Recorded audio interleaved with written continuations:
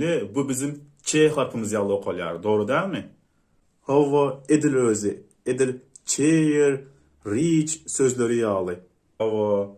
Onda bu stomach diye okullar. Doğru mu? Yok. Ne mi? Bu yerde stomach diye okullar.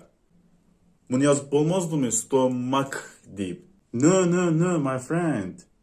Bolyar. Onda bu machine ya da makin deyip okullar. Biz bu yerde machine bolacaqdığını karar verdik. Bolyar. Okulanda SH okullar, yönü yazılanda CH yazılır. Doğru mu?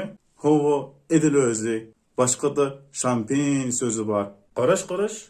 Bu şampagine değil mi? Yine de nostaljiyalı sözleri var. Ey Xuday. Bolyar, onda bu çoyur, koyur ya da